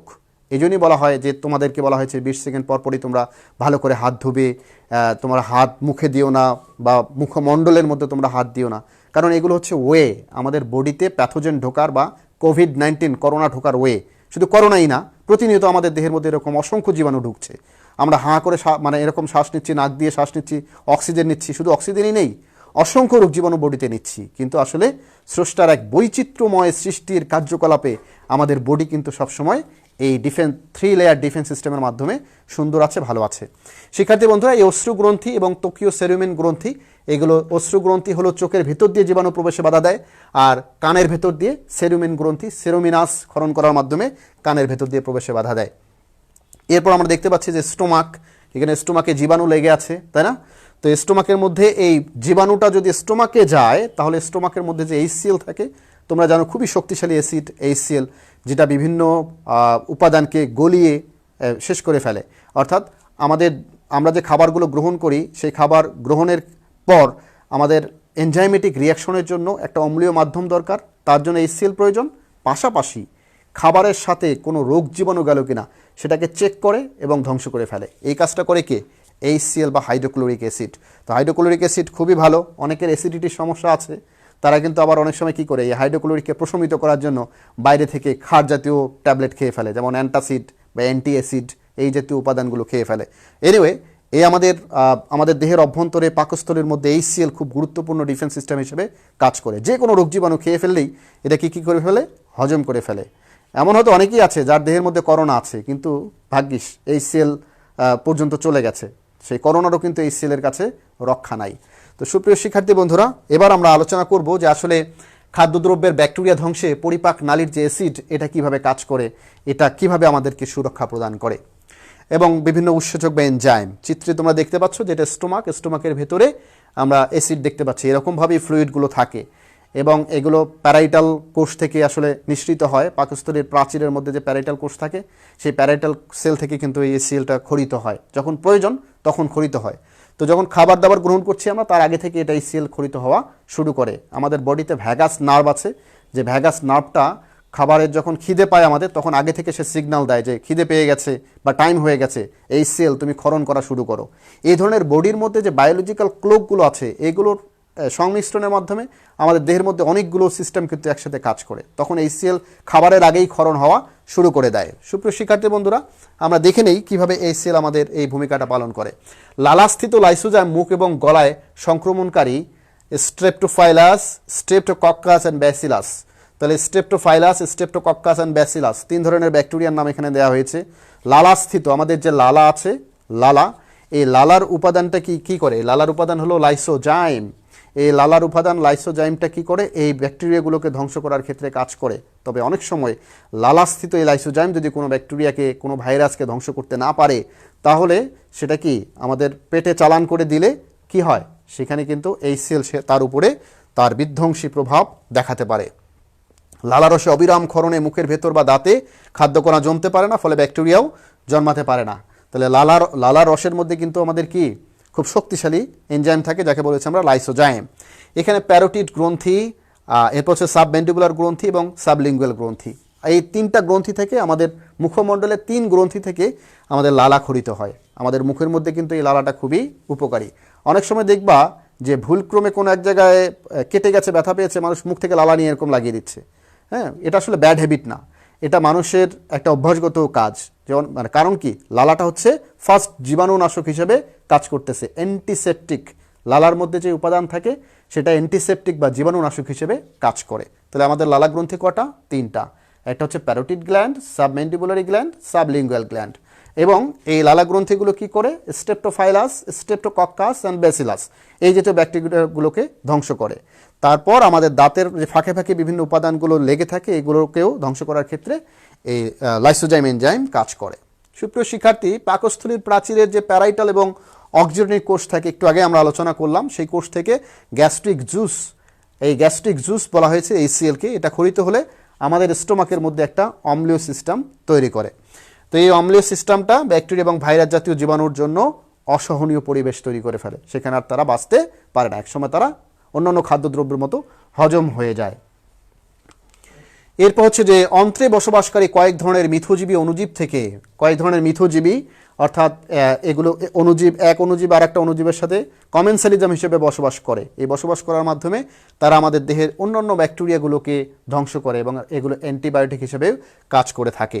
এবং আমাদের অন্ত্রের প্রোটিওলাইটিক এনজাইম এবং লাইপোলাইটিক এনজাইম, তোমরা জানো যে প্রোটিওলাইটিক এনজাইম এবং লাইপোলাইটিক এনজাইম, প্রোটিওলাইটিক এনজাইম প্রোটিনকে ভাঙে, লাইপোলাইটিক এনজাইম লিপিডকে ভাঙে, এটা মনে রাখতে হবে। আর গ্লাইকোলাইটিক এনজাইম সেটা গ্লুকোজকে ভাঙে। 3 ধরনের খাবার আমরা গ্রহণ করি, গ্লুকোজ, প্রোটিন, লিপিড। এই ধরনের উপাদানগুলো গ্লাইকোলাইটিক, প্রোটিওলাইটিক অ্যান্ড লাইপোলাইটিক, এগুলো ভেঙে ফেলতে পারে। তাহলে এই যে এনজাইমগুলো আছে, এই এনজাইমগুলো কি করে? বিভিন্ন খাদ্যদ্রব্য যদি আমাদের অন্ত্রে, বৃহদান্ত্রে, ক্ষুদ্রান্ত্রের মধ্যে প্রবেশ করলো, আগে ক্ষুদ্রান্ত্রে পরে বৃহদান্ত্রে প্রবেশ করে, ক্ষুদ্রান্ত্রের এনজাইমগুলো এগুলো এই জীবাণুগুলোকে ভেঙে ফেলে। তার বাইরের দিকে যে লিপিডের লেয়ার থাকে, যেসব অণুজীবের লিপিড লেয়ার ভেঙে ফেলে, যাদের ক্ষেত্রে প্রোটিন লেয়ার থাকে প্রোটিন লেয়ার ভেঙে ফেলে, ভেঙে তাদেরকে হজম করে দেয়। পাশাপাশি বৃহদান্ত্রের মধ্যেও বিভিন্ন উপকারী ব্যাকটেরিয়া বসবাস করে এবং এখানে সিকামের মধ্যেও বিভিন্ন উপকারী ব্যাকটেরিয়া বসবাস করে, এগুলো আমাদের এই ডিফেন্স সিস্টেমের সাথে কাজ করে। এরপর যকৃতের রেটিকুলো এন্ডোথেলিয়াল কোষ, যেটাকে RE বলে সংক্ষেপে বলা হয়ে থাকে, অ্যান্টিবডি উৎপাদন করে ব্যাকটেরিয়া এবং ক্ষতিকর জীবাণুসমূহকে ফ্যাগোসাইটোসিস প্রক্রিয়ায় ধ্বংস করে। একজন প্রশ্ন করেছিল ফ্যাগোসাইটোসিস প্রক্রিয়াটা কি? আসলে ফ্যাগোসাইটোসিস প্রক্রিয়া হলো যে এমিবা যেভাবে ফুড ক্যাপ গঠন করে, ফুড কাপ গঠন করে জীবাণুকে তার দিকে টেনে নেয়, চারদিক থেকে ক্ষণপথ তৈরি করে জীবাণুকে তার ভিতরে ঢুকে নেয়। ফ্যাগোসাইটোসিস প্রক্রিয়াটা এমনই। আমরা এর পরবর্তী ক্লাসে যখন আমরা আবার লাইভে আসবো তখন হয়তো এই বিষয় নিয়ে বিস্তারিত আমরা আলোচনা করব, তখন, কারণ সেটা হচ্ছে আমাদের পরের পাঠের অংশ। সুপ্রিয় শিক্ষার্থী, আমরা জানলাম যে যকৃতের রেটিকুলো এন্ডোথেলিয়াল কোষ RE এটা অ্যান্টিবডি উৎপাদন করে ব্যাকটেরিয়া এবং ক্ষতিকর জীবাণুসমূহকে ফ্যাগোসাইটোসিস প্রক্রিয়ায় ধ্বংস করতে সহায়তা করে। তো সমগ্র পৌষ্টিক নালীর অন্তঃপ্রাচীরের মিউকাসে আবৃত থাকে। প্রত্যেকটা পৌষ্টিক নালী আমাদের একদম এখানে মানে খাদ্য গলাধকরণ থেকে শুরু করে একেবারে রেকটাম পর্যন্ত পুরো যে পৌষ্টিক নালীটা আছে, এই নালীর ভেতরের দিকে কিন্তু মিউকাস থাকে, এক ধরনের পিচ্ছিল আবরণ থাকে। তো এই মিউকাসে আবৃত থাকে যা ব্যাকটেরিয়াকে ঘিরে ধরে এবং প্রাচীরের গাত্রে আটকে থাকতে কি করে, বাধা প্রদান করে। ব্যাকটেরিয়াকে কখনো অ্যাটাচ হতে দেয় না, অনেক সময় ব্যাকটেরিয়াগুলোকে অ্যাটাচ হতে দেয় না। তো রেকটাম এবং সিকামে বসবাসকারী কিছু প্রোটোজোয়া এবং উপকারী ব্যাকটেরিয়া মিথজীবী হিসাবে এবং অন্যান্য জীবাণু রোগ প্রতিরোধ সহায়তা করে থাকে। আমরা এখানে দেখতে পাচ্ছি যে এটা হচ্ছে সিকাম আর এটা হচ্ছে রেকটাম। এই যে আমাদের এই অংশটা হচ্ছে সিকাম, বৃহদন্ত্রের শেষ পর্যায়ে, স্টার্টিং পর্যায়ে এখানে আমরা দেখতে পাচ্ছি, আর শেষের দিকে আছে হলো রেকটাম। তাহলে এই যে দুটো অংশ, এই দুটো অংশের মধ্যে কিছু পরজীবী যেমন প্রোটোজোয়ান বসবাস করে এবং কিছু ব্যাকটেরিয়া বসবাস করে। তারা কমেনসেলিয়া মিথজীবী হিসেবে এখানে বসবাস করে, পাশাপাশি এই সকল ব্যাকটেরিয়াগুলো ধ্বংস করার ক্ষেত্রে এরা কাজ করে। তো এবার চলো আমরা কিছু মূল্যায়ন দেখে নিই, এবং অনেকেই পরীক্ষা প্রশ্ন এগুলো নিয়ে অস্থির হয়ে গিয়েছো। সুপ্রিয় শিক্ষার্থী বন্ধুরা, আমরা একটু চেক করে দেখে নিই ছোট ছোট কিছু প্রশ্নের মূল্যায়নের মাধ্যমে যে আসলে যে বিষয়গুলো আমাদের পরীক্ষায় আসার মতো। প্রথমত তোমাদের ছোট করে জ্ঞানমূলক প্রশ্ন অনেক সময় পরীক্ষায় আসে, প্রতিরক্ষা কি? তার মানে প্রতিরক্ষা কি সহজে আমরা এখানে বলতে পারবো যে প্রতিরক্ষা হচ্ছে আমাদের দেহের মধ্যে কি অনেক ধরনের কোষীয় উপাদান যেগুলো অনাক্রমতন্ত্রের বিরুদ্ধে কাজ করে, সেটাই হচ্ছে প্রতিরক্ষা, এবং যার লেয়ার হচ্ছে 3টি ইত্যাদি ইত্যাদি। নিজের মতো করে গুছিয়ে এই বিষয়গুলো আমরা আলোচনা করতে পারবো। আমাদের দেহের প্রথম প্রতিরক্ষা স্তরগুলো কি কি আমরা জেনেছি যে প্রথম প্রতিরক্ষা স্তরে কোনোটা হচ্ছে ভৌত প্রতিবন্ধক, কিছু আছে রাসায়নিক প্রতিবন্ধক, এগুলো আমাদের আজকে আলোচনা হয়েছে। এরপর দেখেছি ত্বকীয় প্রতিরক্ষা কোষগুলোর বর্ণনা দাও। ত্বকে স্কিন কিভাবে প্রতিরক্ষা ব্যবস্থায় কাজ করে, একেবারে স্কিনের মধ্যে যে কোষগুলো আছে, স্কিনের মধ্যে ব্যাকটেরিয়া আছে, স্কিনের মধ্যে গ্রন্থি আছে, এগুলো কিভাবে কাজ করে সেটার বর্ণনা পড়তে হবে। আলোচনার পর টেক্সট বইয়ের হেল্প নিতে হবে। ত্বক দেহের প্রতিরক্ষা ব্যবস্থায় এক শক্তিশালী রক্ষা কবচ। এই ধরনের প্রশ্ন অনেক সময় হয়তো সরাসরি প্রশ্নটা দেওয়া হয়েছে, কিন্তু যদি এটা সৃজনশীলে থাকতো তাহলে প্রশ্ন এমন হতো, উদ্দীপকে উল্লেখিত অঙ্গটি দেহের প্রতিরক্ষা ব্যবস্থায় এক শক্তিশালী রক্ষা কবচ। তাহলে কিন্তু উদ্দীপকে উল্লেখিত কোনটা ছিল, দেহের সবচেয়ে বড় অর্গানটা ত্বকের কথা বলা হয়েছে। হয়তো এরকম করে সৃজনশীল প্রশ্ন আসতে পারে। আবার ওই যে প্রতিরক্ষা কি আর এক সেটের প্রশ্নের মধ্যে এরকম আসতে পারে। সাইটোকাইন্স কাদের বলা হয়? নিশ্চয়ই তোমাদের মনে আছে যে গ্রোথ ফ্যাক্টর, ইন্টারফেরন এবং ইন্টারলিউকাইন, এগুলোকে আমরা বলেছিলাম সাইটোকাইন্স। অনাক্রমতায় লিম্ফয়েড অঙ্গের ভূমিকা ব্যাখ্যা করো। লিম্ফয়েডের যে অঙ্গগুলো আছে তোমরা জেনেছো, একেবারে টনসিল থেকে শুরু করে থাইমাস, প্লিহা এবং বিভিন্ন লিম্ফ নোড, লিম্ফ নালী, এগুলো নিয়ে আলোচনা করেছি আমরা। তো অনাক্রমতায় লিম্ফয়েড অঙ্গের ভূমিকা ব্যাখ্যা করো। তাই ওই অঙ্গগুলো থেকে কি কি উপাদানগুলো নিঃসৃত হয় এগুলো নিয়ে আমরা আলোচনা করেছি। মানবদেহে প্রতিরক্ষা ব্যবস্থার গুরুত্ব বিশ্লেষণ করো। হয়তো এরকম একটা প্রশ্ন উচ্চতর দক্ষতার প্রশ্ন হতে পারে যে উদ্দীপকে উল্লেখিত ব্যবস্থাটির ক্ষেত্রে মানবদেহের মধ্যে কী ধরনের এটা ভূমিকা পালন করে, তোমার নিজের ভাষায় ব্যাখ্যা করো বা বিশ্লেষণ করো। এরপর হচ্ছে যে একই কথা ইমিউনোলজি কি, জীববিজ্ঞানের যে শাখায় এই ইমিউনিটি নিয়ে আলোচনা করা হয় মানুষের, সেই শাখাকেই বলা হচ্ছে ইমিউনোলজি বা অনাক্রমবিদ্যা। লালারসের দুটি প্রতিরক্ষামূলক কাজ লিখো। আমরা একটু আগেই শেষের দিকে আলোচনা করেছি আমাদের লালারস, সেই লালারসের যে দুটি উপাদান আছে মানবদেহের প্রতিরক্ষা ব্যবস্থার ক্ষেত্রে, লালারসের দুটি উপাদান কিভাবে কাজ করে, অনেকগুলো উপাদানে সম্পর্কে আমরা জানি। এরপর হচ্ছে যে ব্যাকটেরিয়া ধ্বংসে পরিপাকনালীর উৎসেচকের ভূমিকা ব্যাখ্যা করো। আমরা শেষের দিকে এসে আলোচনা করলাম আমাদের লাস্ট পার্টে যে ব্যাকটেরিয়া ধ্বংসের ক্ষেত্রে আমাদের পরিপাকনালীর উৎসেচক বা এনজাইমগুলো কিভাবে কাজ করে আলোচনা করেছিলাম, যে গ্লাইকোলাইটিক, প্রোটিওলাইটিক এবং লাইপোলাইটিক এই এনজাইমগুলোর কথা। পাশাপাশি হলো এই সেলের ভূমিকা, মানবদেহের প্রতিরক্ষা এই সেলের ভূমিকা বিশ্লেষণ করো।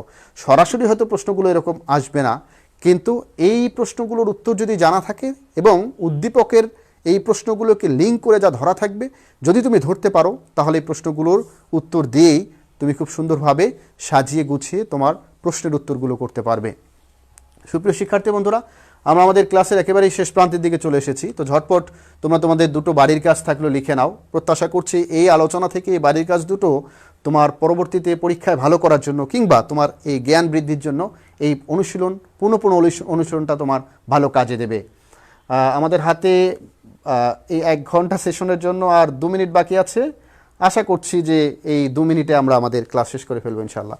তো টোকিও প্রতিরক্ষা ব্যবস্থার উপর 10টি বাক্য লিখো, একদম নিজের মতো করে গুছিয়ে। টোকিও প্রতিরক্ষা ব্যবস্থা, প্রতিরক্ষা ব্যবস্থায় কী কীভাবে কাজ করে নিশ্চয়ই তোমাদের মনে আছে, আলোচনায় আমরা এই বিষয়গুলো করেছি। পাশাপাশি তোমরা তোমাদের টেক্সট বইটার হেল্প নিয়ে আগে পড়ে তারপর এই প্রশ্নটাকে সামনে রেখে এবার নিজের মতো করে লেখা শুরু করো, নিশ্চয়ই ভালো করবে। দেহের প্রথম প্রতিরক্ষা ব্যবস্থা ব্যাখ্যা করো। ফার্স্ট লেয়ার অফ ডিফেন্স, আমরা শুরুতেই আলোচনা করেছিলাম মানব দেহটা একটা দুর্গের মতো।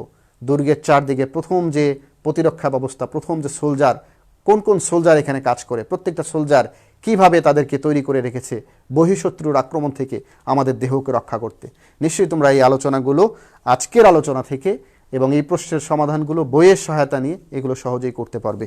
এতক্ষণে অনেকেই হয়তো তোমরা এটা লিখেই ফেলেছো কিংবা পরবর্তীতে তোমরা আবার এটা আমাদের এই কিশোর বাতায়নে খুঁজে পাবে আমাদের এই লাইভটি। তো সুপ্রিয় শিক্ষার্থী বন্ধুরা, আমাদের আজকের আলোচনা একেবারেই শেষ প্রান্তে। আমরা প্রত্যাশা করছি আজকে আমরা যে বিষয়গুলো নিয়ে আলোচনা করলাম সেটি হচ্ছে যে আমাদের দেহের মধ্যে প্রতিরক্ষা ব্যবস্থা কি এটি নিয়ে, আমাদের দেহের প্রতিরক্ষা ব্যবস্থায় কয়টি স্তর আছে সেই বিষয় নিয়ে, আমাদের দেহের প্রতিরক্ষা ব্যবস্থার সাথে রিলেটেড যে উপাদানগুলো আছে বা লিম্ফয়েড অঙ্গগুলো থেকে কি কি উপাদান নিঃসৃত হয় তা নিয়ে আলোচনা করেছি। প্রতিরক্ষা ব্যবস্থায় কোন কোন কোষগুলো কাজ করে, আমরা 5 ধরনের কোষের কথা বলেছি, ওই যে 3টা সাইট, গ্রানুলোসাইট, লিউকোসাইট, লিম্ফোসাইট, এগুলো নিয়ে আলোচনা করেছি আমরা। এরপর পাশাপাশি আলোচনা করলাম ত্বক কীভাবে আমাদের প্রথম প্রতিরক্ষা ব্যবস্থায় first layer of defence system হিসেবে কাজ করে। এরপরে আমরা আলোচনা করেছি যে আমাদের পরিপাক নালীর HCl, পরিপাক নালীর নিঃসৃত টায়ালিন নিঃসৃত বা লাইসোজাইম নিঃসৃত যে এনজাইম লাইসোজাইম, আমাদের লালাগ্রন্থি নিঃসৃত যে enzyme lysozyme, parotid gland, sublingual, submandibular gland থেকে নিঃসৃত উপাদানগুলো কিভাবে আমাদের মৌখিক গহ্বরের অভ্যন্তরে কাজ করে, পাকস্থলীতে গিয়ে এই সেলটা কিভাবে কাজ করে, এবং ক্ষুদ্রান্ত বৃহদান্ত্রের মধ্যে কিভাবে বিভিন্ন প্রোটিওলাইটিক এবং লাইপোলাইটিক এনজাইমগুলো কাজ করে। পাশাপাশি আমরা দেখেছি বৃহদান্ত্রের সিকাম এবং বৃহদান্ত্রের রেকটাম, এই দুটো অংশের মধ্যে বসবাসকারী কিছু অণুজীব কিংবা বসবাসকারী কিছু উপকারী ব্যাকটেরিয়া মিথজীবী হিসেবে থেকে আমাদের বহিঃশত্রুর আক্রমণ থেকে দেহকে কিভাবে রক্ষা করে। সুপ্রিয় শিক্ষার্থী বন্ধুরা, আমাদের এই মুহূর্তে, করোনার এই মুহূর্তে আমাদের দেহকেও সবসময় কি রাখতে হবে? চাঙ্গা রাখতে হবে। আমাদের ইমিউনিটি সিস্টেমটাকে বুস্ট আপ করতে হবে। কিভাবে সেটা করতে হবে? আমরা আসলে কোনো জাঙ্ক ফুড গ্রহণ করব না, ভালো করে ঘুমাতে হবে, নির্দিষ্ট কিছু ব্যায়াম করতে হবে। পাশাপাশি আমাদের এই মুহূর্তে হলো ভিটামিন সি জাতীয় যে খাবারগুলো আছে এগুলো একটু বেশি করে খেতে হবে। সস্তা খাবার বলে শাকসবজিকে না করা যাবে না, সেগুলো খাবারের সাথে রাখতে হবে, তাহলে দেহের ডিফেন্স সিস্টেমগুলো ভালোভাবে কাজ করবে। সকলের সুস্থতা এবং সকলেই নিরাপদে থাকো এই কামনা করে আমাদের আজকের লাইভ ক্লাসটি এখানেই শেষ করতে হচ্ছে। আশা করি পরবর্তী ক্লাসে নতুন কোনো টপিক নিয়ে সবার সাথে দেখা হবে। Bye bye.